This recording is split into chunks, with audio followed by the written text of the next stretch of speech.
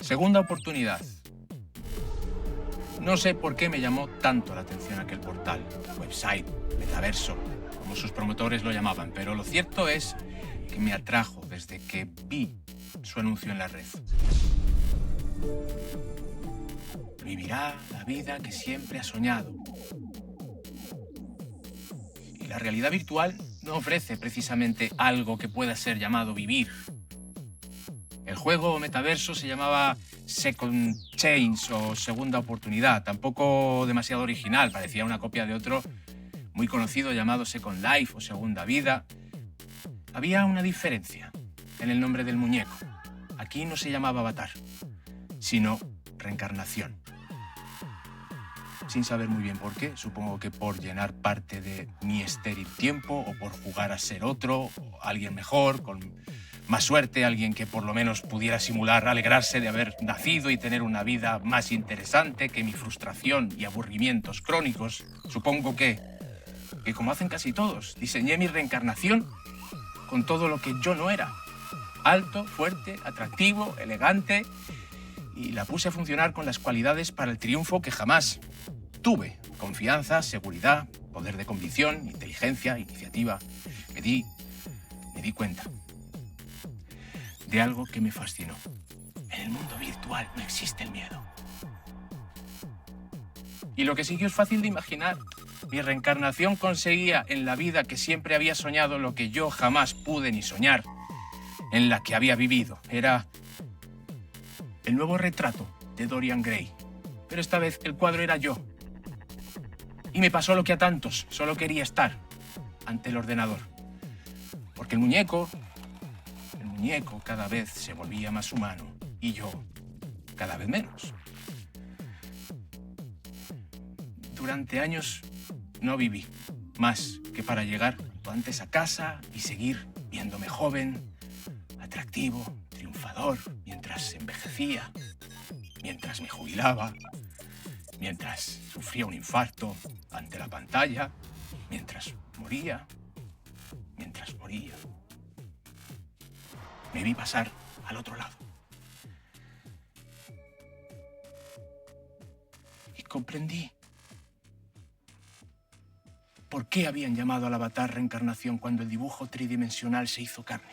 Comprendí por qué el eslogan era «Vivirá la vida que siempre ha soñado». Y comprendí por qué aquel mundo se llamaba Segunda Oportunidad.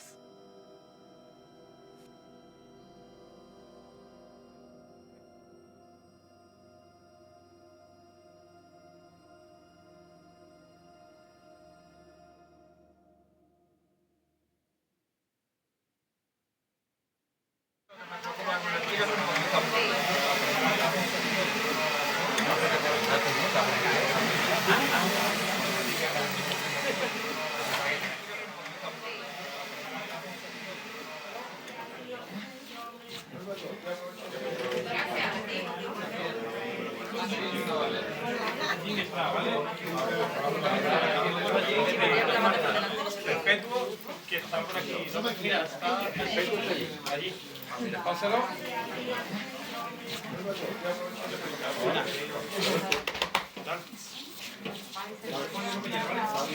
Ya se lo he dicho.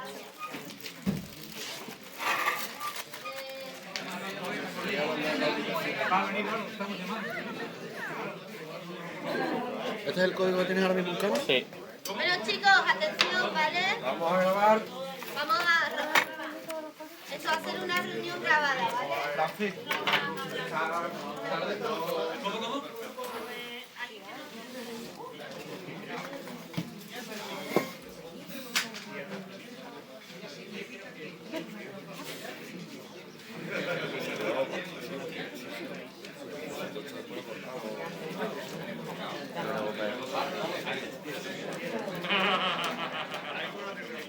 Bueno, intentemos que en esta reunión saquemos eso, un calendario, ¿vale? Un calendario, las acciones que se van a hacer, localizaciones, si vamos a hablar de sonido, vamos a hablar de todas partes, de si hay un diseño gráfico, efectos especiales, de lo que se va a rodar aquí o tal. Entonces, aquí igual ahora mismo haremos lectura de lo que son los relatos. Que veamos un poco si esos relatos, la fuerza de la lectura es suficiente no necesita imágenes, porque ya la estaremos escuchando, o cuáles sí le podemos añadir imágenes o no, o justaponer. O sea, también el relato puede estar encima de las imágenes o el relato puede sonar aquí y luego vienen las imágenes. Yo qué sé, es que hay una decisión que hay que tomar si se va a apoyar uno realmente en la letra, ¿no? En lo que es la literatura, o si lo vamos a hacer más cinematográfico, convertirlo más en acciones y que se lea más el pensamiento interno desde fuera. ¿Qué pensáis un poco producción? ¿A quién le podemos encargar un poco los personajes? Ahora mismo lo que yo no tengo claro es si estos personajes son solo esos personajes o esos personajes también son otros. Quiero decir, ¿cuál es el nexo que une a esta película? ¿Van a ser capítulos sueltos o hay un nexo narrativo, una línea dramática que hay? Esa línea somos nosotros ahora, los actores somos nosotros.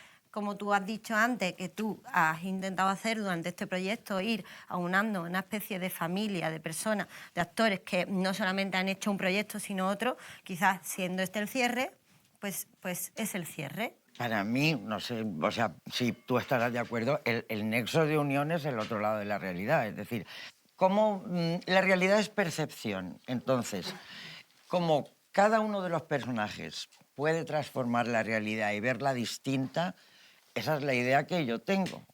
Entonces, no sé si estaréis de acuerdo conmigo, si Gonzalo estará de acuerdo, Paco.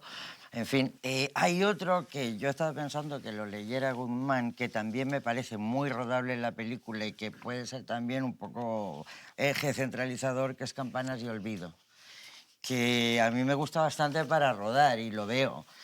Entonces, si os parece que lea Guzmán a ver, espérate. De la página 141, coge el segundo párrafo. Campanas y Olvido. Ninguno de ellos podía encontrar la menor señal de algo que hubiese conocido antes y el silencio se había convertido en herida abierta, en abismo por el que hasta sus nombres se precipitaban, excepto por el sonido de esas campanas que parecían tañer para ellos, convocarles con la urgencia de su implacable llamada. Ignoraban cómo habían llegado a aquel paisaje después de la batalla, pero aquellas campanas habían sido su razón, un eco más fuerte que cualquier voz, un motor más poderoso que el más apremiante de los instintos. Oyen unas campanas. Lo único que oyen, o sea, lo único que se acercan, es decir, parece que son difuntos también, pero sí oyen, están oyendo unas campanas, que es el único norte que le hace caminar hacia ellos, ¿no, Luisa? Es así como es el relato. Yo proponía que tuviéramos los sonidos de unas campanas especiales, hechas por un grifota,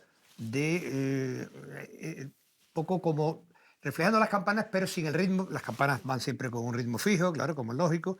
Estas son diferentes. A ver si lo podemos escuchar de este disco Sabda.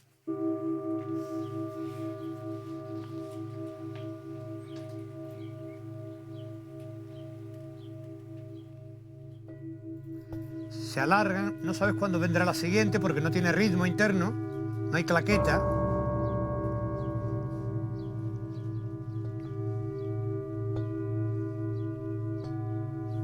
Como un ritmo aleatorio y también la nota no sabes cuál va a ser. No es siempre la misma, puede ser más alta, más grave, aguda. Y para mí las campanas tienen doble ventaja. Una es la sonoridad y otra cosa es ese fondo de vibración que me da mucho misterio y mucha otra dimensión.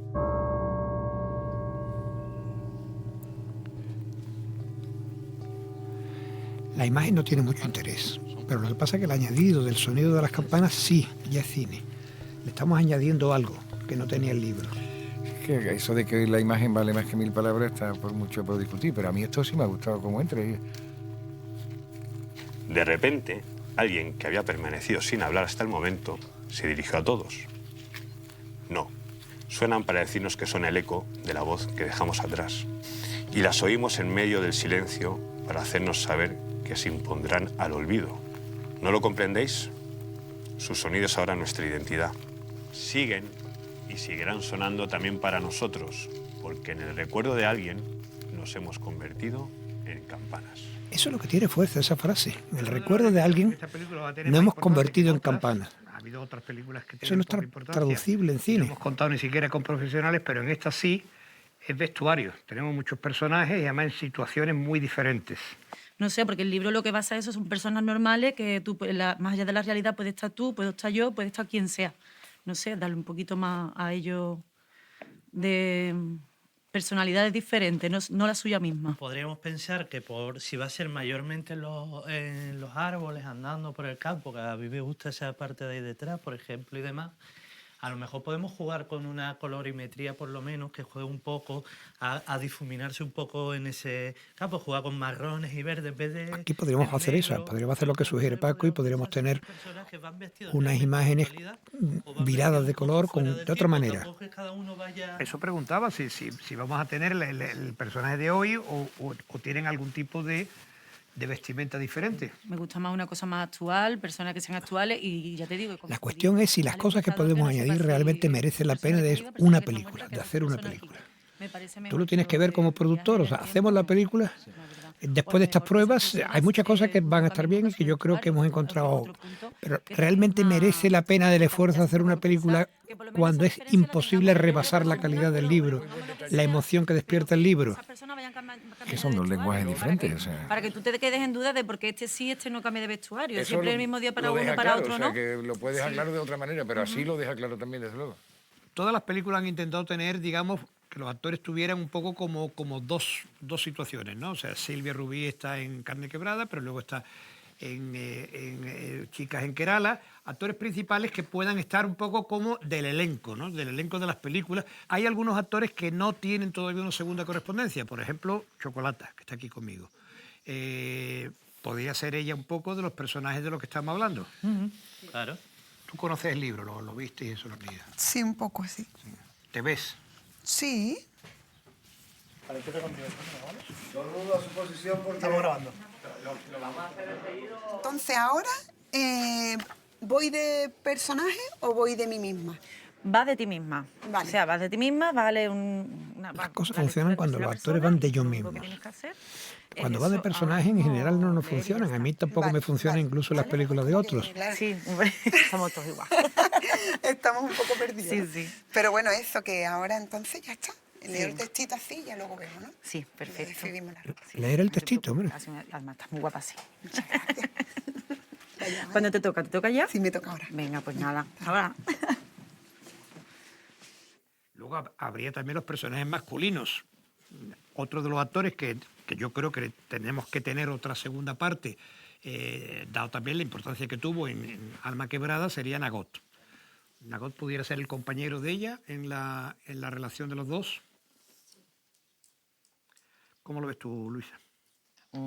Yo perfectamente, y de hecho es que me los había imaginado ya como personajes de ellos. Con prolongaciones de otras cosas, de otros momentos, ¿qué otros momentos de ellos dos o de cualquiera de los dos, por juntos o por separado, pudieran tener en la película para dar un poco de coherencia a su participación, que no sea solamente un flash de salida? Así lo colocaría en una situación más difícil, y estoy pensando un poco sobre la marcha. En relación con otros relatos reales, que no nuevas cosas, sino reales, relatos de los que ya están. Nagot puede ser el cuidador de la residencia, pero también tiene un conflicto personal, un problema personal que él no descubre, y es que tiene un nódulo en el pulmón, ha ido a una consulta médica, le han detectado un nódulo en el pulmón y le han recomendado un tiempo de espera hasta que se hagan nuevas pruebas. ¿Qué cuento, qué capítulo, qué narración es esa? Está en un parpadeo, en la que... Busquémoslo. ¿Lo leo? Busquémoslo y si lo puede leer Nagot. No te alarmes. No tiene por qué ser malo. La mayoría de los nódulos que se encuentran en el pulmón no son malignos y puede ser lo que los médicos llamamos un falso positivo. Pero quiero estar seguro. Dentro de 2 meses te haces un TAC y nuevas radiografías y vemos. Pero de momento no te alarmes. De momento. Un momento que había durado 2 meses de angustia. Aunque había intentado no pensar en ello, no pudo evitarlo en los ratos de soledad, en la semivigilia que precede al sueño, en las veces que había vuelto a mirar estas pinturas. Inictu Oculi era el cuadro que tenía a su izquierda, a su derecha, Finis Gloriae Mundi, el conjunto de las postrimerías o los jeroglíficos de la muerte de Valdés Leal. expuesto en uno de los lugares favoritos, la capilla del Hospital de la Caridad.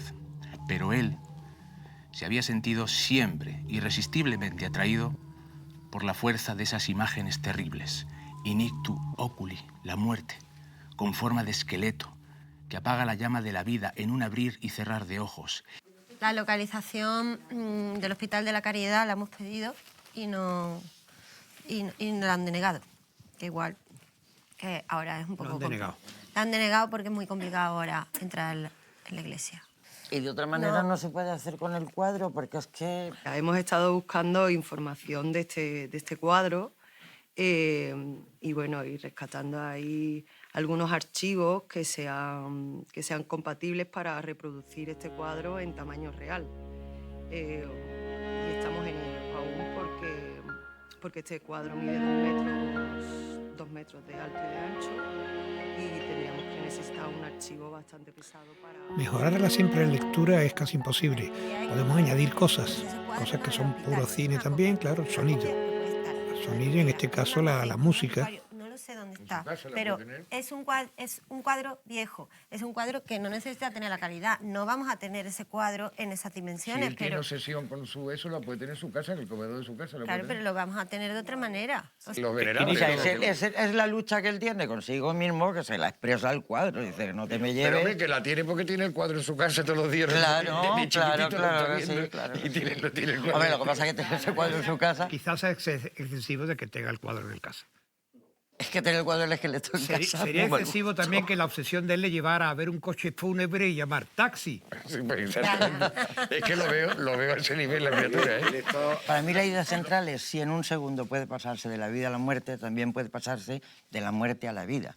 Y esa muerte y esa vida pueden ser reales, pueden ser psicológicas, pueden ser sensaciones, pueden ser sentimientos. Entonces, es un poco la idea de desesperanza, esperanza. Plano subjetivo. Esta mañana al mirarme al espejo me sucedió una cosa extraña. Mi figura no parecía centrada, sino en una esquina. Por más que intenté varias posturas, la imagen no cambió de lugar. Esta tarde el azogue tampoco reflejó mi tamaño. La figura del ángulo parecía además empequeñecida. Probé a acercarme, alejarme, pero mi pequeño yo permaneció invariable. Comprendí que el cristal tenía razón. Si nunca fui capaz de protagonizar mi propia vida, ¿por qué me iba a merecer un primer plano? En definitiva es una lectura, pero en fin, adornada un poco con los dibujos. Esa sensación del paso del tiempo, de cómo una persona deja casi de ser la persona que fue y se transforma en otra. Hemos tenido todo un poco la sensación en nuestra vida, ¿no? Quizás con nuestros padres, con nuestros abuelos, o sea, dejaron de ser la persona que teníamos en el recuerdo y pasan a ser otras personas, vivas también, pero con otras características, con otras... Es un poco la parte, digamos, un poco esencial del libro, ¿no? Del otro lado de la realidad. Es lo que yo encontraba, Paco, de Poe. O sea, un poco como la transhumación de las almas, ¿no? O sea, de cómo se pasa de ser una persona a otra persona. Esto de una manera natural, simplemente con el paso del tiempo. Ahora, no sé si esto es muy fotografiable.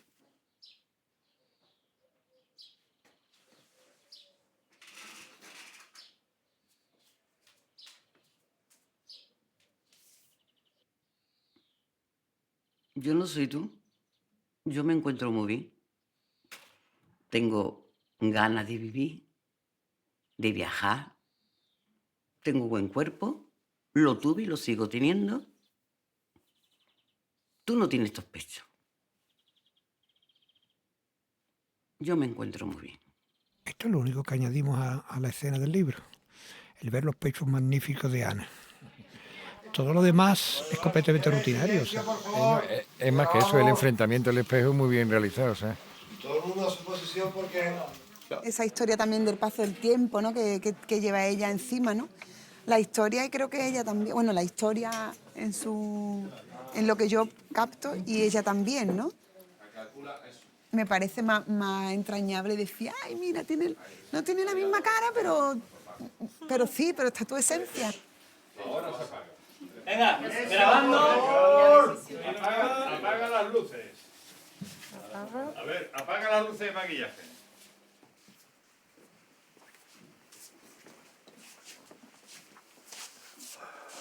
El otro lado de la realidad, escena 9, toma 2. Los aires, por favor. Venga, vamos. Acción. Huida. Un billete para el tren que vaya más lejos, por favor. Transcurrieron unos segundos hasta que el empleado de la estación pudo recuperarse de su perplejidad. Bueno, si no le importa el destino, el lugar más lejano al que el tren desde aquí llega está casi a 2000 kilómetros. Sale dentro de 1 hora. Me vale. En lugar de dirigirme al trabajo esa mañana, un impulso repentino me había hecho cambiar de rumbo, encaminarme a la estación y comprar un billete que me alejase de lo anterior, que diera la bienvenida a lo nuevo. El tren se puso en marcha y los paisajes comenzaron a sucederse ante la ventanilla, como espacios y tiempos por estrenar. Señores viajeros, bienvenidos al tren con destino a Noburgo. La compañía les agradece su elección y les desea un feliz viaje. ¿Noburgo? Mi billete decía claramente el nombre de otro lugar. ¿Me he confundido de tren? Ni de nombre me suena Noburgo. Bueno, ¿y qué más da? El único destino de este viaje soy yo.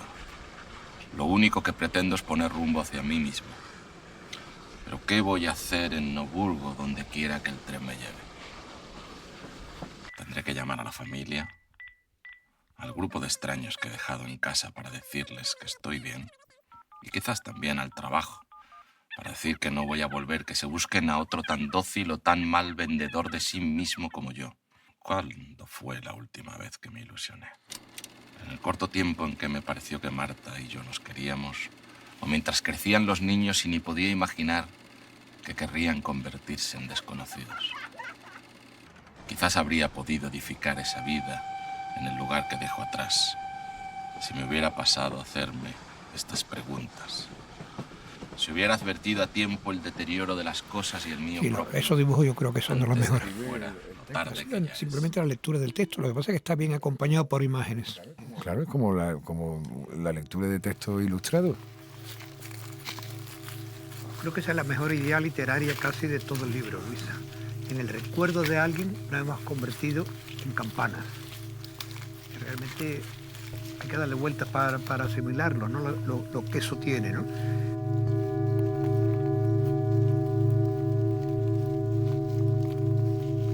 Esto está un poco largo. O sea, yo por mí intentaría avanzar, haría las lecturas y ahora empezaría a hacer agrupación. ¿Por qué? Porque no tenemos muchos días. Nuestra logística, o sea, no tenemos una logística tampoco. Yo definiría también, o sea, si queréis rodar esto y convertirlo en una animación, es una cosa, pero yo definiría eso, yo sacaría lo que vamos a rodar y lo otro... De hecho, yo también el tipo de dibujo también habría que definirlo, porque yo creo que se tendría que salir del estilo que tiene, por ejemplo, en el cuaderno de rodaje, tendría que ser algo más abstracto, más de movimiento y más que sea más libre, ¿no? Que... Bueno, pero lo que ella hace ahí también se puede luego animar, ¿eh? Tiene un Pero punto tiene de razón vista. Pilar cuando dice que efectivamente dejar en segundo término lo que nos gustaría tener, pero no rodando, sino de otra manera, que ya veremos cómo y de qué manera. Pero ahora vamos a decidir efectivamente lo que dice Pilar, que es lo que producción necesite, qué vamos a rodar. Y si es posible, que vamos a rodar mañana. Bueno, Luis, habíamos comentado que íbamos a centrar mucho la película en el segundo capítulo porque nos pareció un poco que era el eje del libro, un poco de que emanaba todo. ¿Tú podrías leer ese segundo capítulo? Y lo vemos también con la misma idea. O sea, pensemos un poco si es adaptable, si realmente tiene imágenes y a partir de ahí, si va a tener imágenes, quién son los personajes que pudieran, o sea, quién las personas que pudieran interpretar esos personajes. Los desterrados. A estas alturas sabe que no resolverá el enigma. ¿Quiénes son? Solo desterrados. Cierto es que sabe sus nombres, que tiene al alcance sus datos, nombre, edad, lugar de nacimiento. Pero son solo eso, datos. Cifras y letras que no hablan de su verdadera identidad. También le enseñan fotos. Este soy yo en mi viaje a París, aquí estoy con mis hijos. Mira qué guapa estaba el día de mi boda. Pero está segura de que los de las fotos no son ellos, no pueden serlo. Mira las instantáneas una y otra vez. A ella le gusta verlas y a ellos enseñarlas. Las muestran orgullosos de haber sido captados en momentos que más que del recuerdo parecen formar parte de sueños muy gratos. De hecho, todos parecen pertenecer más al sueño que a la realidad.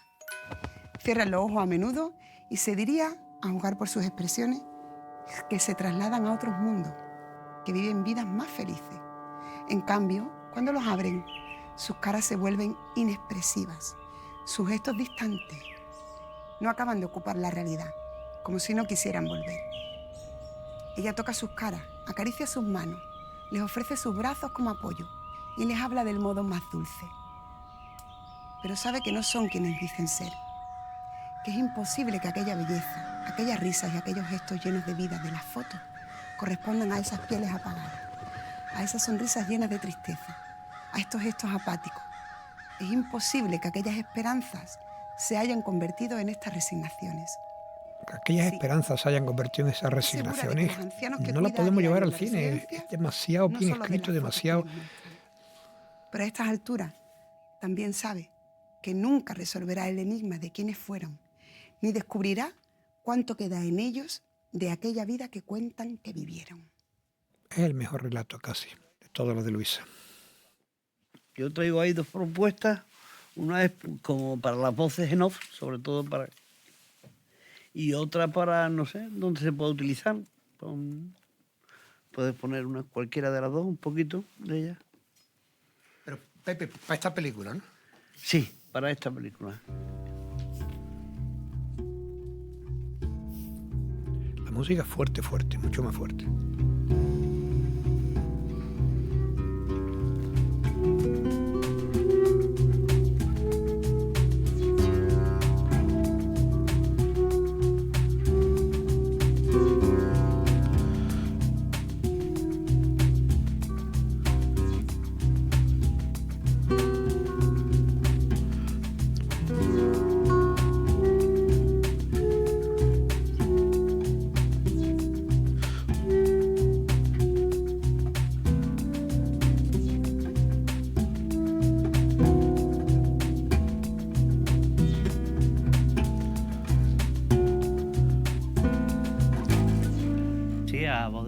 Tampoco, ¿sabes? Parece que es un acompañamiento adecuado, está en un tono que puede ir con el de la peli.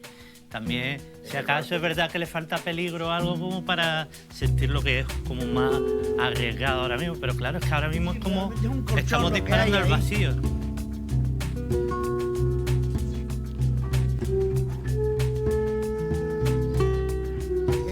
El enfermo que hemos leído antes de en coma. Es que parece que... Es que si no se pone enfermo lo mato. Es una especie de deconstrucción musical de lo que es la deconstrucción de una persona, que es lo que tenemos de tema casi del libro, como la transhumancia, ¿no? Cómo van, digamos, perdiendo, digamos, lo que es la vitalidad, la propia persona, ¿no? Es decir, yo lo veo claro en la música, no lo había oído nunca, la he escuchado ahora por primera vez también, ¿eh? ¿Cómo sabías tú que esto era para esta película? Estos eran retalillos que había por allí. Propongo que ahora escuchemos la grabación que hicimos de Charo López cuando se editó el libro. La dirigió además un director bueno de cine, José Luis García Sánchez, amigo nuestro. Os propongo que escuchemos Aún no. Tomó la última medicina de la noche y con la luz apagada caminó trabajosamente hasta la ventana. La abrió para mirar sin ver. Solo pensaba en su cansancio, en el dolor físico que cada día costaba más mitigar, en la parálisis progresiva de su cuerpo, en su vejez sin recursos, en que si se inclinase un poco más hacia el vacío, tan solo un poco más. En ese instante el perfume de los naranjos de la calle inundó el aire. Lo aspiró profundamente. Cuánto le había gustado siempre el aroma del azahar. Mientras cerraba la ventana, pensando en el esfuerzo que seguiría costándole vivir, se sorprendió diciendo en voz muy baja: no, todavía no. En esta primavera tan hermosa, no. ¿Lo veis con imagen?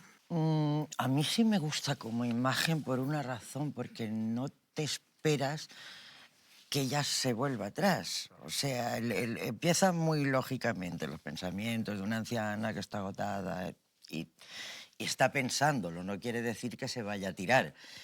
pero que lo que le haga de repente volver atrás en el movimiento sea el perfume del azar, la primavera que estalla y que se agarre a la vida con esa fuerza, a mí me parece que sí que sí se puede ver en imagen, Es ¿no? un grito de vida. Lo que no perdería yo lo de Charo. Charo me ha emocionado a mí, vamos, ahora mismo. Bueno, lo tenemos aquí ya. Bueno, quiero decir que me gustaría, o sea, que se puede oír más veces. ¿Podría alguien interpretar este personaje o habría que buscar un personaje, un actor exterior? Una actriz. Yo creo que hay que buscarlo fuera. O sea, que este personaje no es el perfil de los que tenemos aquí. ¿Eso ayuda a incluirlo en la película o mejor no meterlo precisamente por esa dificultad? Quizás vamos a ver en esto que estamos viendo si ese personaje tiene otras partes más también. Entonces, y si redondea todo y si, en fin, que a lo mejor pues, no queda claro como los otros dos de que sí lo hacemos, sino que queda como muy probable o como probable. Muy bien. Pon al medio minuto último de un no y la música, que entre la música. En ese instante el perfume de los naranjos de la calle inundó el aire. Lo aspiró profundamente. Cuánto le había gustado siempre el aroma del azahar. Mientras cerraba la ventana, pensando en el esfuerzo que seguiría costándole vivir, se sorprendió diciendo en voz muy baja: no, todavía no. En esta primavera tan hermosa, no.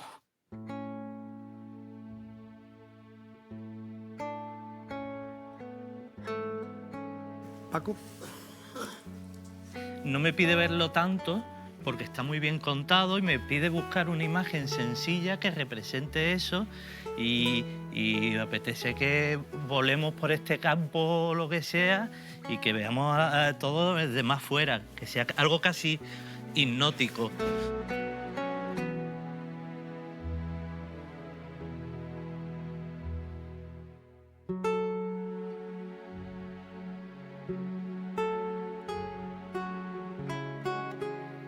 En ese instante el perfume de los naranjos de la calle inundó el aire.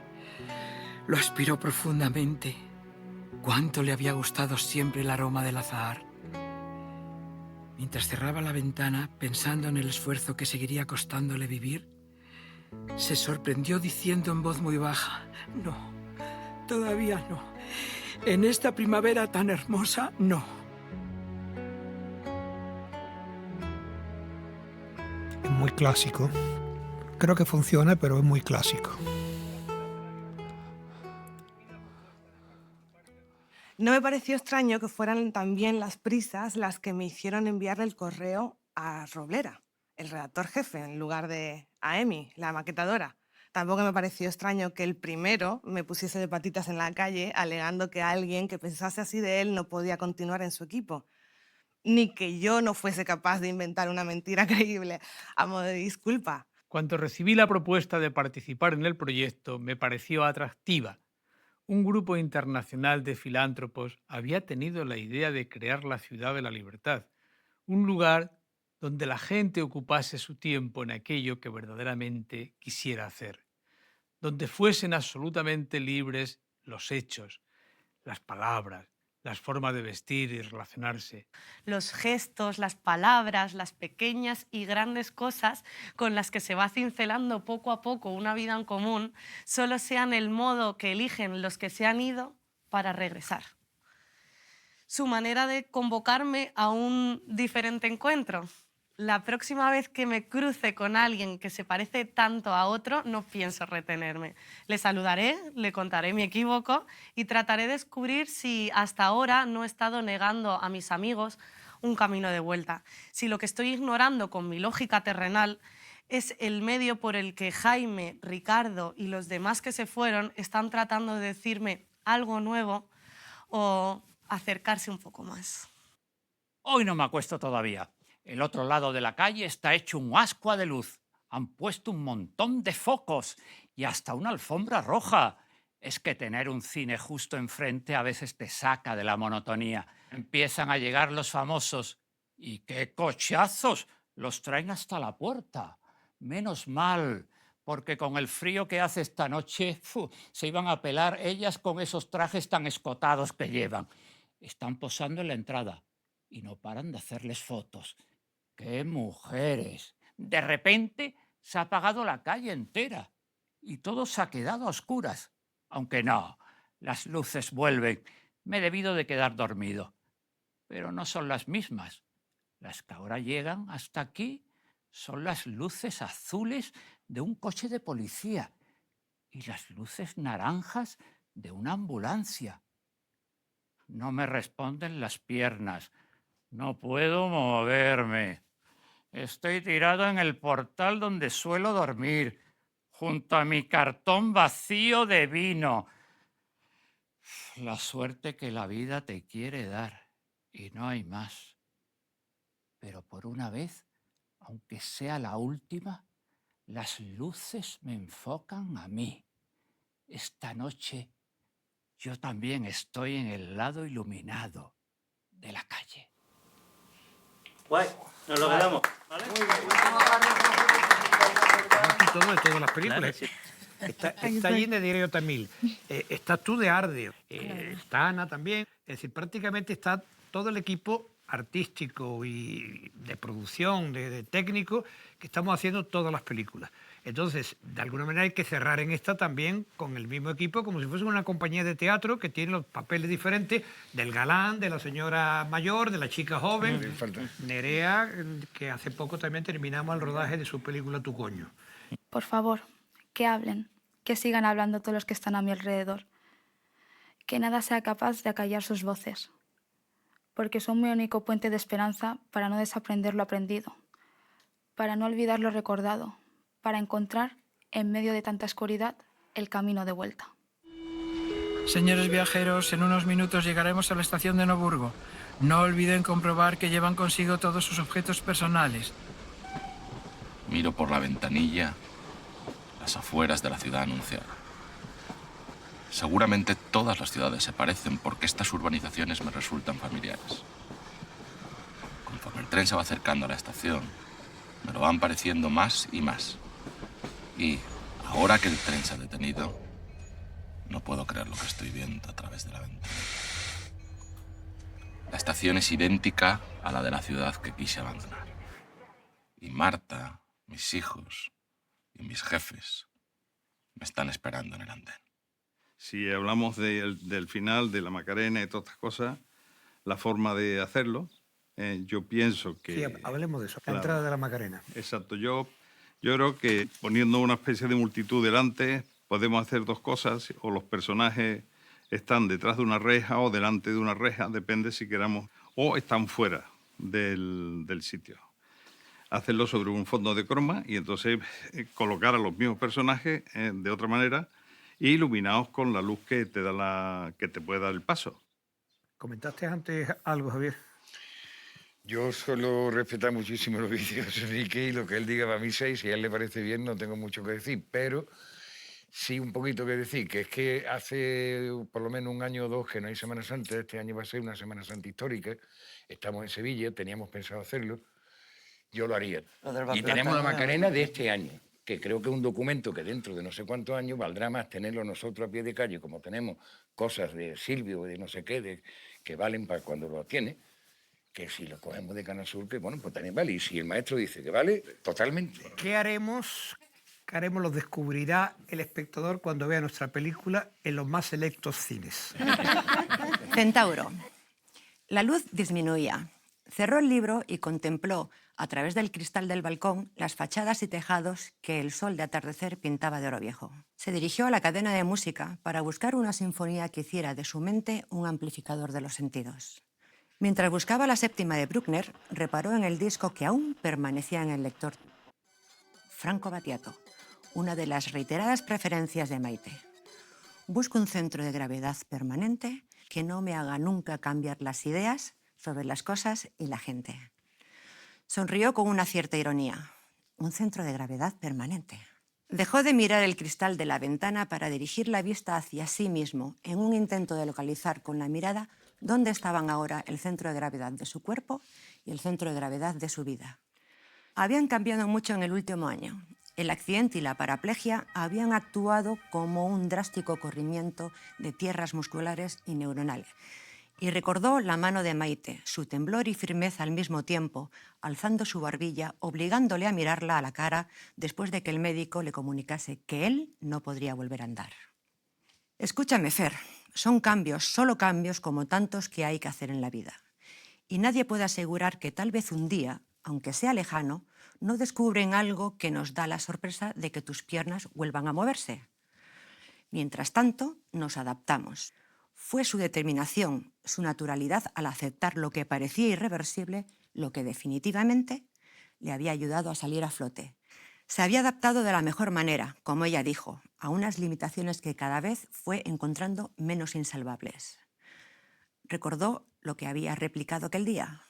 Maite, esto es para siempre. Y lo que ella respondió, pues va a ser apasionante vivir con un centauro.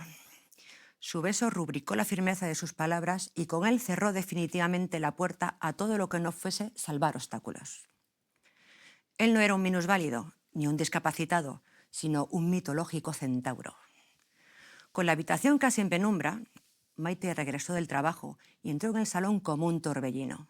Y descalzándose de sus tacones, llegó hasta él para darle otro beso igual al que acababa de recordar. «Uf, ¿me doy una ducha y hacemos algo de cena?» «No», respondió él. «Acuérdate de que he quedado con Julián y Paco para ver el partido del Atleti.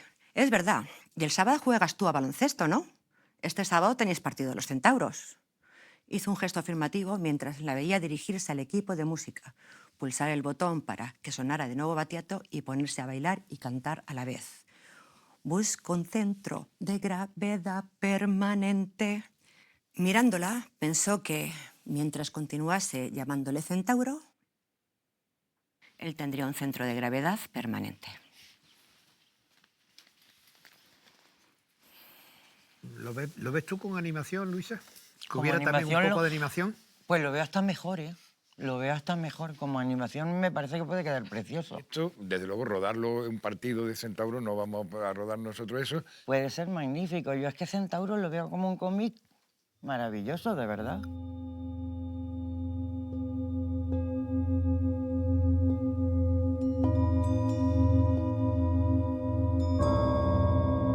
Siguen y seguirán sonando también para nosotros, porque en el recuerdo de alguien nos hemos convertido en campanas.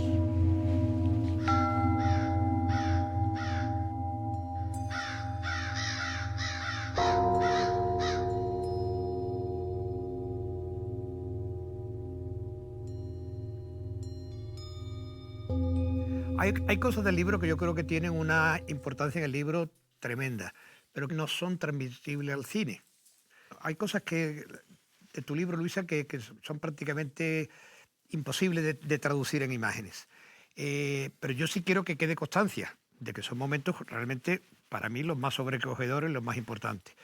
Hizo una grabación, Charo, de uno de tus capítulos, que ya de entrada digo que yo creo que esto no es llevable. Si hay alguna idea de que se lo pudiéramos acabar de llevar, porque tendría que ser nada más que una voz en off con la cara de una persona. Es demasiado extremo, quizás demasiado cine moderno. O sea, no sé si eso realmente nos encoge. Pero la escuchamos, si te parece, que cariño, si tenemos cariño. Mucho reportaje de cara de gente escuchándolo. Dura 4 minutos y pico. De que vayamos cambiando de cara y que tengamos un poco a casi todo el mundo, expresividad de casi todo el mundo escuchando. Lola ha muerto hace 2 horas, en el hospital. Sola conmigo, o yo sola con ella, o tal vez sola consigo misma, como parecía que estaba desde hace varios meses. El hijo había ido a dormir, se había quedado por la noche, y la hija no vive con ella, tiene su familia y su trabajo. Ya han venido los dos. A mí no se me quitan el llanto y la congoja. He venido a refugiarme a la capilla del hospital, el único sitio donde nunca entra casi nadie. Mientras intento contener las lágrimas, le pido a Dios por Lola. No puedo hacer más. Ha sido una muerte tranquila, dulce. Qué absurdas son a veces las palabras. ¿Cómo puede llamarse tranquila o dulce a una muerte? Estaba sedada desde hace 3 días. También pienso que no había remedio y que era lo mejor. Lola ya no era Lola. Era un cuerpo sufriente y agotado y un cerebro que apenas le valía para reclamar sus necesidades más elementales. Que le cambiaran los pañales si estaba sucia, que le ayudaran a respirar, que le dieran la mano para aferrarse al calor humano, a la vida, a través del contacto de la piel. Le di todo el cariño que pude. Siempre me ocurre igual. He querido de verdad a la gente con la que me ha tocado trabajar. Quise a Micaela y he querido a Lola casi tanto como quiero a las personas de mi familia. Porque, ¿acaso la gente con la que vives a diario no son también un poco tu familia? Ahora que ya no están, empieza otra vez la angustia por mi familia de verdad. Mis padres están lejos, irregular de salud, y mi hijo, al que he dejado con ellos, solo tiene 6 años. Únicamente me tienen a mí y me he vuelto a quedar sin trabajo. Otra vez a hablar a las pocas personas que conozco para que, por favor, me digan si se enteran de alguien que está dispuesto a contratarme sin papeles para cuidar enfermos, limpiar por horas, lo que sea. Me entra pánico al recordar que tardé 3 meses en encontrar el trabajo de Micaela, la primera anciana que cuidé solo por las noches. No pude traer casi dinero cuando vine de mi país. Allí vivíamos mis padres, mi hijo y yo muy pobremente. Y recuerdo el miedo a tener que vivir en la calle. Los pocos compatriotas que conocí aquí tampoco podían hacerme más favores. A los 2 meses, Micaela murió en la ambulancia que llamé al ver que no reaccionaba. Murió de repente y en mis brazos. Y ahora Lola. Tengo 28 años y no veo más que enfermedad y muerte. Pero no me quejo por mí. Me duele por las vidas que veo apagarse, por las personas que van convirtiéndose en animalitos indefensos que imploran con los ojos tu ayuda, tu cariño. Quise a Micaela y más a Lola, porque pasé más tiempo con ella, casi 8 meses en su casa como interna. La hija tenía su trabajo y su familia. El hijo vivía con nosotras y también tenía trabajo por las mañanas, pero él solo no podía cuidar tantas horas a un enfermo dependiente. Me sentía afortunada por enviar algún dinero a mis padres. Soñaba con traer a mi hijo en cuanto cumpliera el tiempo que me falta para solicitar la residencia. Pero esto es así y yo sabía cómo era. Hay que mantener la esperanza. Igual viene la suerte de encontrar algo o alguien que me pueda durar mucho tiempo. Tengo 28 años, 2 manos para trabajar. Y como dicen, toda la vida por delante, mientras Dios me dé salud, que la fuerza ya me la dan mi hijo y mis padres. Los hijos de Lola se han portado bien conmigo. Me han dicho que me pagarán entero el próximo mes. En cuanto pueda contener un poco las lágrimas, iré a despedirme. Diosito, ayuda a Lola a encontrar la paz. Y si no es mucho abuso pedirte esto, ayúdame también a encontrar pronto a alguien que quiera darme trabajo sin papeles. A Charo que le lee magistralmente, nadie más que una escritora. Sí, es que total, ¿no? Se me ha puesto la carne de gallina. ¿Y Nerea? Me siento identificada en muchas cosas lo que ha dicho. Me he visto, no en todo, pero parte reflejada mi vida en algo que ha contado ahí. Y cuando te pasa realmente y lo vives, es muy heavy.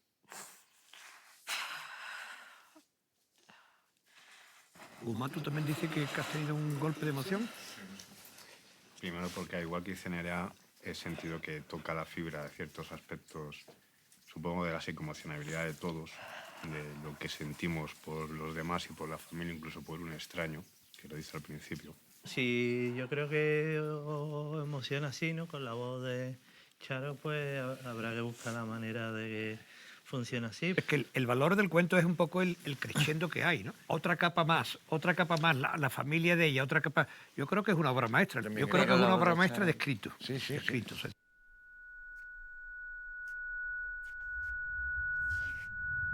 Andrade vino a visitarme hace 2 noches y su visita no tendría la menor importancia de no ser por 2 cosas. La primera, que nunca conocí en persona a Andrade. Y la segunda, que él hace casi 1 año que está muerto. Hasta esa noche, Andrade solo había sido unos rasgos físicos difusos y un nombre pronunciado con pena por mis compañeros de despacho el primer día que entré a trabajar en mi actual empresa, cuando me mostraron el que iba a ser mi lugar de oficina. Este va a ser tu sitio. Antes era de Andrade. Pobre chico, se suicidó. Mira, en esta foto que tengo en mi pared está con nosotros, en la última fiesta de Navidad. Este era. A mí me impresionó la noticia y pregunté por qué se suicidó. Parece que tenía depresión, pero lo que acabó con él fue el estrés del trabajo, eso seguro. Observé la cara tristísima de Andrade durante unos instantes, pero casi enseguida creí haberla olvidado. Y tras cerca de 7 meses en el paro, se oponía demasiado a mi entusiasmo por haber conseguido un puesto en el departamento financiero de aquella empresa de inversiones de tanto renombre. No la olvidé. Lejos de eso, la historia de Andrade se convirtió en casi una obsesión para mí. Y lo busqué en Google, en redes sociales, y encontré su currículum y algunas fotos y textos que todavía no habían sido borrados. Testimonios de una realidad que ya no existe. Nada que me diera pistas sobre su suicidio. Y además pronto el ritmo de la oficina se hizo tan vertiginoso que no me daba tiempo ni a pensar. Encargos y más encargos, muchos de ellos absurdos, pero todos urgentes. Cifras y más cifras, errores, correcciones, análisis, informes, prospectivas, fluctuaciones, comparaciones, contactos, seguimientos. Mi vida se redujo a trabajar, comer, dormir y vuelta a empezar cada día. En unos meses mi mente y mi cuerpo empezaron a notar los efectos de esa presión constante. Yo me decía que todos los trabajos son iguales, que me había costado encontrar aquel, que el sueldo era bueno. Pero por las noches, antes de dormir, me preguntaba si valía la pena, si la vida era solo esto. Y la historia de Andrade volvía a surgir del lugar de mi inconsciente donde se había quedado agazapada. Cuando lo vi frente a mí, pero no sentí ni extrañeza ni miedo, como si se tratase de alguien con quien ya estuviese familiarizado. ¿Pero tú eres? Sí, yo soy el que se mató. Me lo contaron. Me dio mucha pena. Ya, lo supongo. Fue un momento de mi vida en el que se unieron una serie de cosas desagradables que no pude gestionar.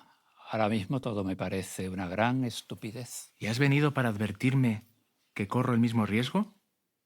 ¿Para intentar evitar acabar como tú? No, en absoluto. Sé perfectamente que tu carácter, tu personalidad y tus circunstancias son otras y que tú sabrás gestionarlas. Solo quiero decirte con certeza que yo vivo en ti. ¿Que vives en mí? Ah, tú te refieres a las palabras que decimos cuando perdemos a alguien, que nadie muere mientras alguien lo recuerda. No, tampoco aciertas. No das una. No es eso.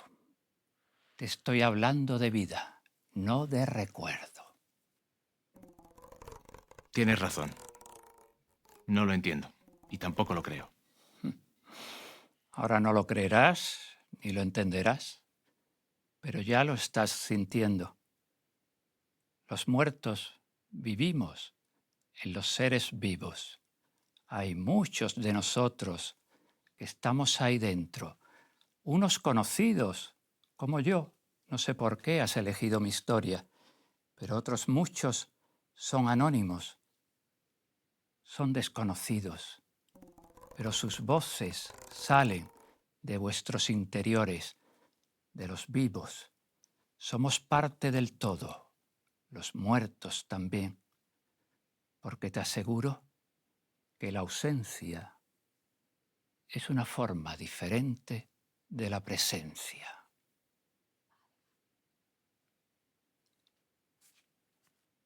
No recuerdo nada más.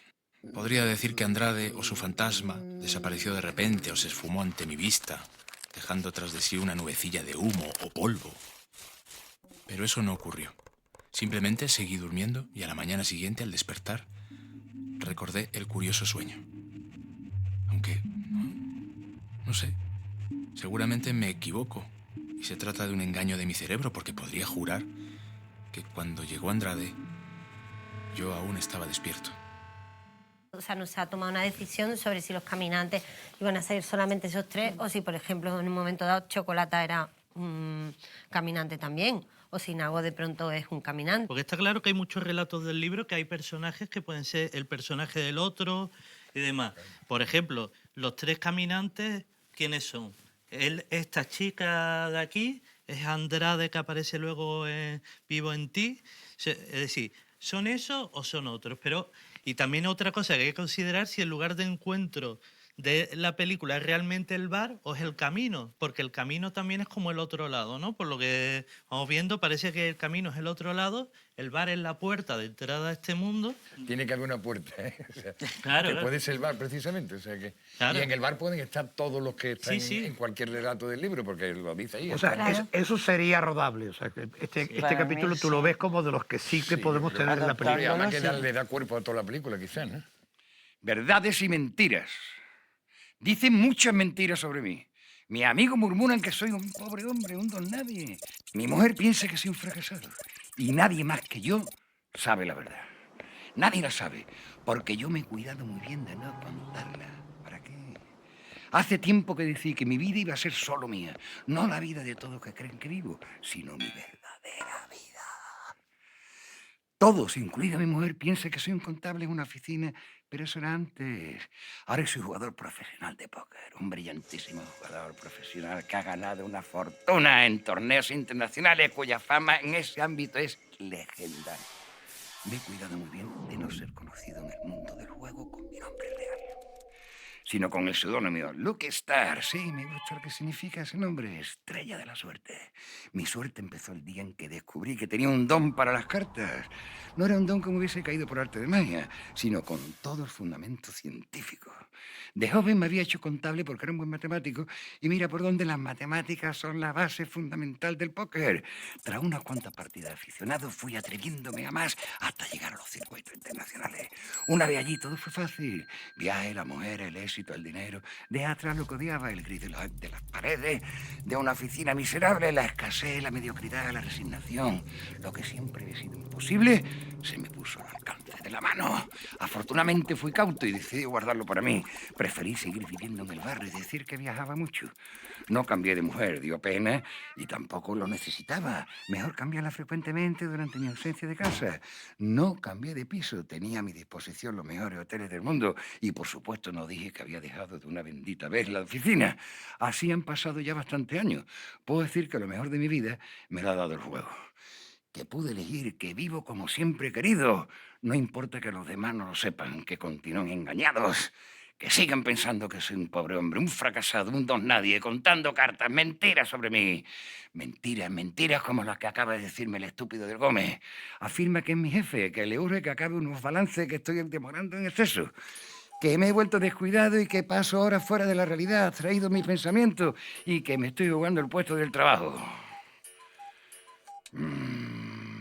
Sombrero que dice cuál es el personaje, cuál es verdad, cuál es mentira, el impostor, el falso, ¿eh? ¿Qué es la impostura? ¿Cuándo uno es un impostor? ¿Y cuándo uno es de verdad? Cuando uno es de verdad, resulta que es impostor total porque no es verdad. O cuando uno es un impostor es verdad porque como es un impostor y es mentira, pues entonces en ese momento es verdad. Cago en todo. ¿Qué es verdad? ¿Qué es mentira? El impostor. Bueno, ahora me toca otro personaje. Ahora me toca el bar. Un amigo de bares, que no está mal. También hay mucha impostura en los bares, desde luego, pero vamos a ver cómo es. Nos equivocamos. Hola. La puesta en escena de este cuento no es factible. Yo no sé ni por qué vengo tan reiteradamente a este bar. Es por interpretación, no hay naturalidad, no hay verdad. Bueno, Eso es lo que estamos buscando en todas las películas y no podemos cambiar eso en la última. O sea, que Era mentira, era verdad, entonces pues efectivamente es mentira todo. ya, pero eso no podemos decir, la teoría ha estado muy bien, pero ¿por qué ver efectivamente lo que no se hay que hacer? Que otras películas lo hacen, sí, pero no nosotros. Es decir, esta escena es necesario si queremos de verdad poner en imágenes el libro. Pero lo que ocurre es que no funcionan las lecturas, no funciona de verdad lo que transmite, lo que es la parte de literaria y de transmisión que Luis ha sabido darle, yo creo que de manera maestra.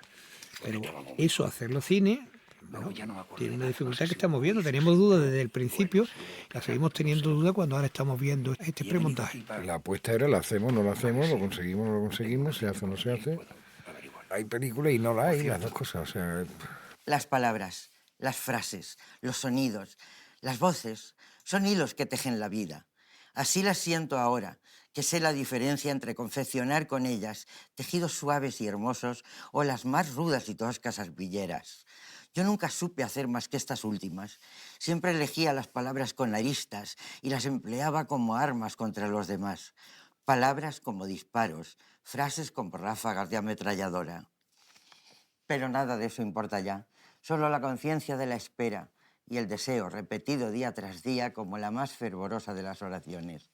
Dadme una sola palabra que pueda pronunciar para dejar esta tierra olvida de nadie que los médicos llaman estado de coma. Dadme una sola palabra que mi garganta pueda articular y aunque sea sobre los escombros de todo lo que malgasté, crearé de nuevo en mi vida.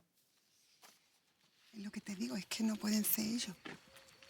Tú los ves en la realidad, luego ves las fotos, esa alegría, es la energía, es que no están.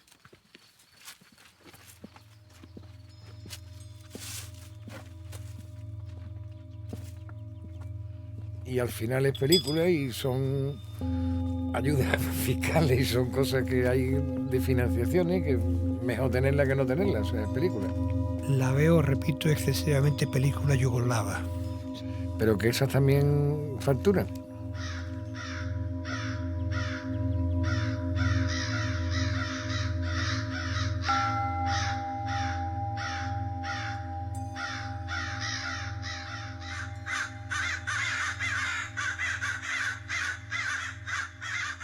Hemos decidido que sí, que tiene imagen y que debemos de estarla, pero no veo por qué tiene que repetirse, ¿no? Todo lo de las campanas, todo eso tiene tal igual, pero no tiene por qué ser reiterativa. O sea, en esta construcción, el que un poco el eje central es un poco lo que estamos decidiendo ahora.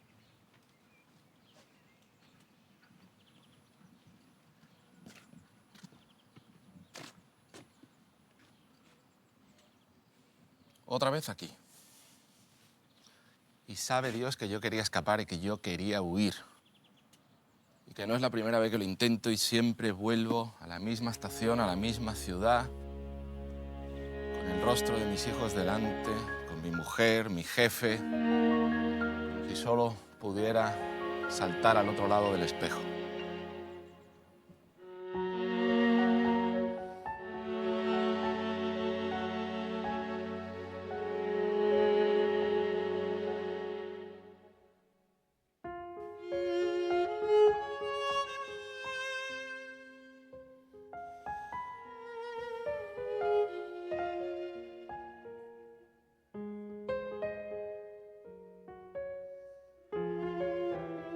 Es una belleza esta música. ¿Te ha gustado? Muy bonito, muy bonito.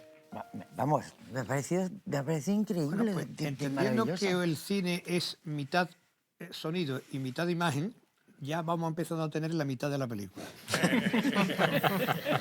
Pero va a quedar bien. ¿Alguna proposición más de música? Una copita que invita a mi padre.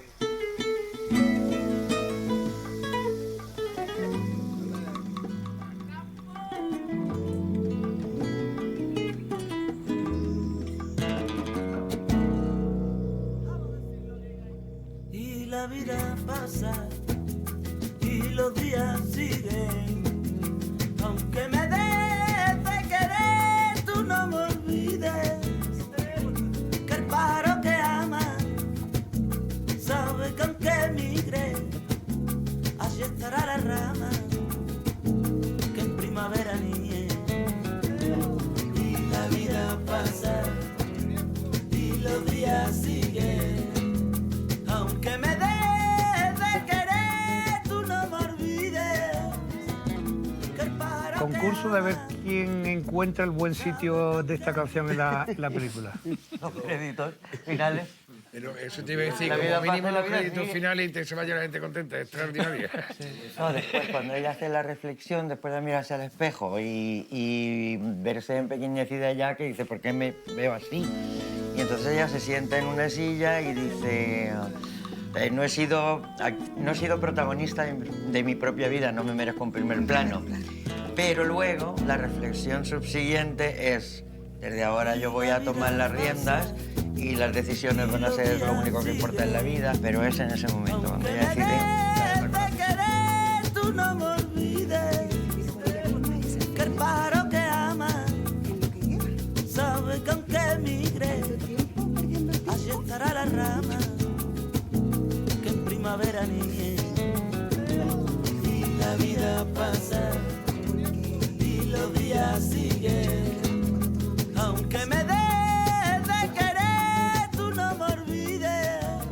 ¿Cómo lo ves tú, Paco? Yo no la veo. Yo pienso en mí como montado y si tú no quieres estar escuchando esto todo el rato, porque no es mi rollo. Soy underground. ¿Qué le vamos a hacer? Yo ya me he puesto en cine experimental, ¿eh? Claro, y de pronto esto es, digo, ¿esto qué es? Ni un trocito de una cosita y de Yo no, pero que yo estoy aquí para apoyaros. Es decir, que si la veis...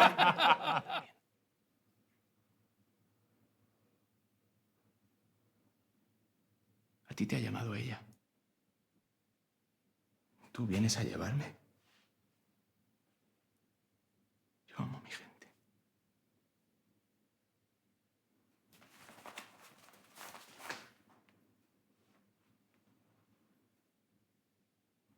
Esperanza. Esperanza. Sí, dígame. Sí. Soy yo.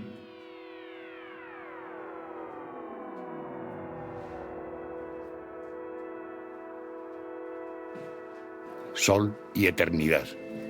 Una mirada alrededor le dio la confirmación de que era una hormiga más en el hormiguero de aquella calle. Cientos de personas en torno a una espera, a una fugaz vivencia. No podría explicarlo ni explicárselo, pero él no dudaba en ir año tras año al encuentro de ese fugaz soplo de brisa. Esa burbuja de tiempo fuera del tiempo de la que se sentía habitante por unos pocos minutos contenía la respiración de los siglos, el pulso de todos los que alguna vez, 10, 100 o 400 años antes, habían estado allí mismo, solo por verla pasar ante sus ojos.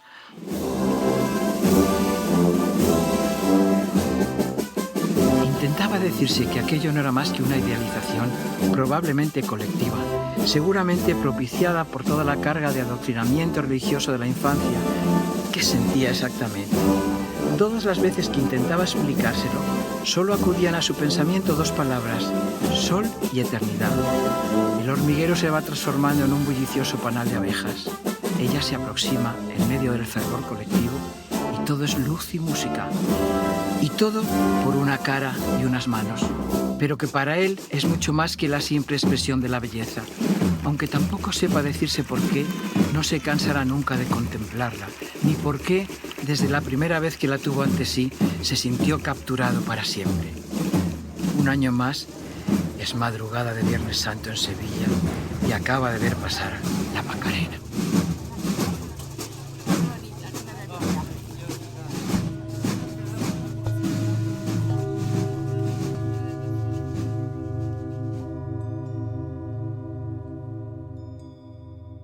Lo dejo en tu mano, Javier. Tú decides si hacemos la película o no.